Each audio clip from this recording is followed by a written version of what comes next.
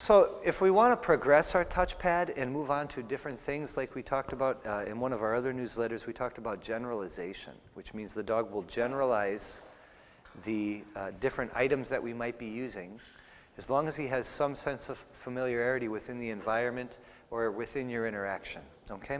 So what I've got here is this is what I'd like to move to. This is where I'm at right now, okay? The dog touches this beautifully. He doesn't know about this. So what I would very simply do is take this touchpad and place, we'll call this a touchpad, and place it on top of the bucket, okay? The dog is going to see the bucket, immediately be familiar. This might throw him off, but again, all we're looking for when we have this really great type of training relationship, we're looking for 1 or maybe 2 correct reps in order to start to plant the seed, okay? So we're just going to take this here, take the touchpad, put it on top of the bucket. When the dog makes contact in the way that he normally does, we're going to mark and reward, and we're going to hope within 2 or 3 reps, he'll associate the feeling of this item with the behavior that we're trying to work, okay, which in this case is touch. Once he has that, you can go ahead and you feel like the dog is comfortable with this and going towards the red item, you can try and do away with this item using this item only, and then see how that goes. And then if the dog is confused because this item lays flat and is not raised, you can always go backwards and work some more with the combination of the 2 items. Okay? Ready, Jeff? Yep. All right. Do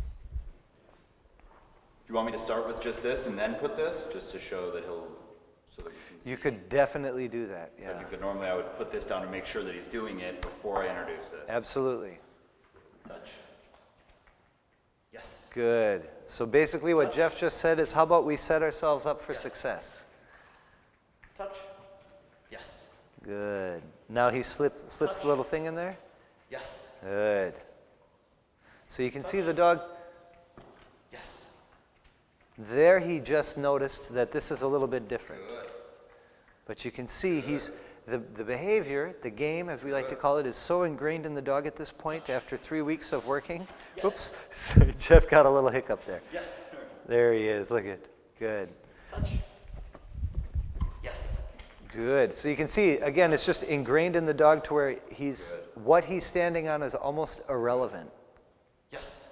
He doesn't have time for that because he's too interested in getting his reward. All right, let's see how this goes now. Here we go. Touch. Yes. Beautiful. Okay. Touch. Yes. Touch. Yes. Good. Touch. Yes. Work a duration on there now, Jeff? Touch. Good. Good. Good. And go ahead. Very nice. Sonny. So Sonny has just figured out that this touchpad could actually be a game. So, there you go. And then reward quickly. Sonny. Good. Yes, hop him off. Yes. Good. And then we're going to pick that up, and we're going to avoid conflict, okay? Because what could end up happening is if Sonny continues to try and investigate this, which he's a young puppy right now, this is very normal. This has also, you guys, mind you, this has already been worked on by someone, which immediately makes it very attractive for Sonny, okay? If it were just like this, it wouldn't be nearly as attractive as something already worked on. So, in that case, what we did there is we made a little lemonade. Sonny is going towards, we can see that he's probably going to start to mouth at this if he has the opportunity. So Jeff got the behavior he wanted, rewarded it, marked it, popped him off, gave him his reward, and in the meantime, we took this away to avoid conflict. Later on, when Sonny's older, and he has more ideas about, everything, life, social structure, things like that, this will be a much easier thing to contend with if we run into that same problem.